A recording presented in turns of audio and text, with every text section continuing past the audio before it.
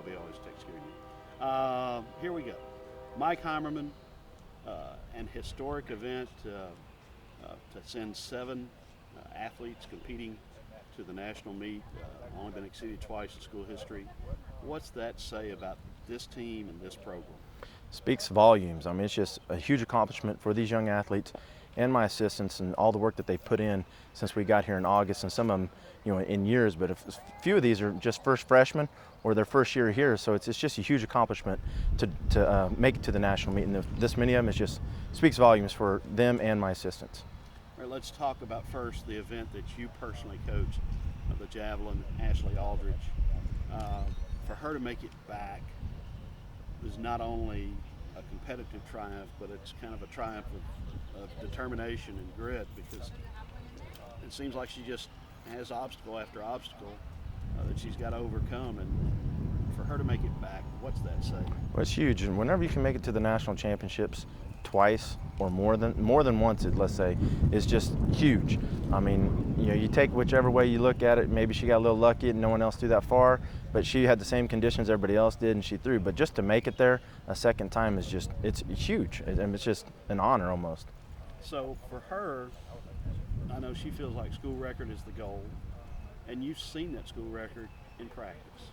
What's it take to get that to happen in Eugene? Just her to relax and do what she does in practice.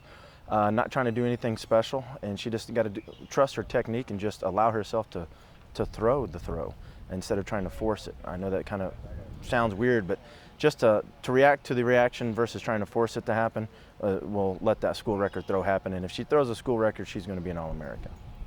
All right, let's switch to the long jump. Emmanuel Williams, another person who's been around here for a long while, and certainly has had success at the national meet indoors. What's it take for him to get out of the trip to Eugene, what he'd like? Well, kind of the same thing. The young man has jumped 25 feet multiple times. He just got to relax and let the jump happen.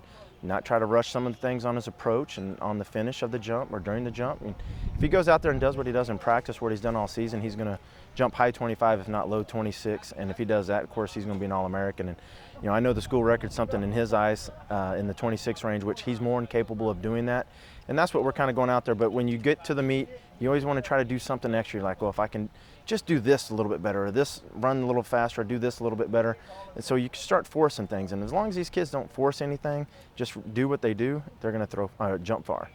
Now, while I say it's a new experience for some of these guys to go to Eugene, it's really not, because you had some in Eugene in March at the National Championships indoors. Well, they're at Portland indoor, at the indoor, yeah, correct. But, that's why one of the reasons we sent them up there was to get them used to some of the pressure or just the atmosphere of the meet. Because up there, I mean, they're not going to go against really anybody any better than what they're going against at the USA Indoor National Championships for the U.S. And, NCs, I know we got a lot of foreign athletes that are, in college that are just as good as some of our U.S. athletes. But that's one of the reasons we send them up there, so they can learn how to handle the pressure, how they do the rounds, or just the procedure, because they run the procedure of the meet is almost identical at Eugene as it is at USA's. Okay. And for your sprinters, LSU and Arkansas, the only other two schools to have multiple qualifiers in the 100-meter dash, that's a huge accomplishment. It is. It's just a testament to Micah and Amira and then their coach, to the work that they've put in this year. It's just those are two fast young men right there, and they're only going to get faster. But it's just they're fun to watch. They're just two jets, so it's awesome to watch those guys. When you get to the 4x1, that's certainly one of the signature events of this program. 6-time All-Americans, if we can reach that goal. It's the 11th 4x1 to qualify for Northwestern. They carry a lot of tradition with them out there. Yeah, it's huge, and I noticed that when you tweeted that the other day about that, I was like, wow. I just looked back and say, man, they qualified that many times and that many All-Americans. The teams were All-Americans. I was like, wow, that's kind of huge. And as long as these guys don't read into that too much and think that they have to do something, and these guys can, as long as they get to stick around the track, they do that clean with what they can do speed-wise, they'll be fast, and they could hopefully be close to a school record. But I think if we're below 39.5, we'd be, Coach Adam would be ecstatic. I'd be ecstatic. But I know the kids are expecting something huge, and they're capable of running with anybody in the country as long as they pass the stick around cleanly. We've yet to do that at a meet, and if we can do that there, which I think we should be able to, because it's the first meet of the day, it's their first event of the week, so no one's going to be tired, everybody's going to be focused and fresh for that, so it should be a fun event to watch. All right, and for you as a coach, you've been to Eugene multiple times. How cool is that? Eugene is the mecca of track and field. I've told these guys, I've told the assistants a little bit to try to get them ready with some things, but when you go out there, you're just engulfed in track and field. It's quite amazing how rich the history is out there. The venue we go to at Hayward Field holds 20,000 people. It'll be filled. It's just really awesome, and you can never get tired of it. I mean, you know, as a coach, we've been doing this since the first weekend in January. We hadn't had a weekend off since then.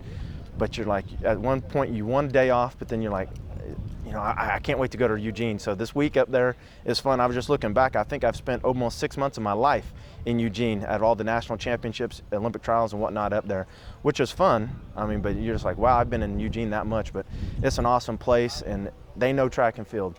If you wear, some of the local people, you wear your equipment like I've got on here, and they'll say, Northwestern State, and they'll be like, you guys have had this there, you guys have had this here. And so it's pretty neat that there are some very track savvy people up there. When you see billboards around town that actually have track people on it, or their schedules up and whatnot, it's kind of neat. Well, enjoy it. We will, thank you. Thanks. Tried not to get too long.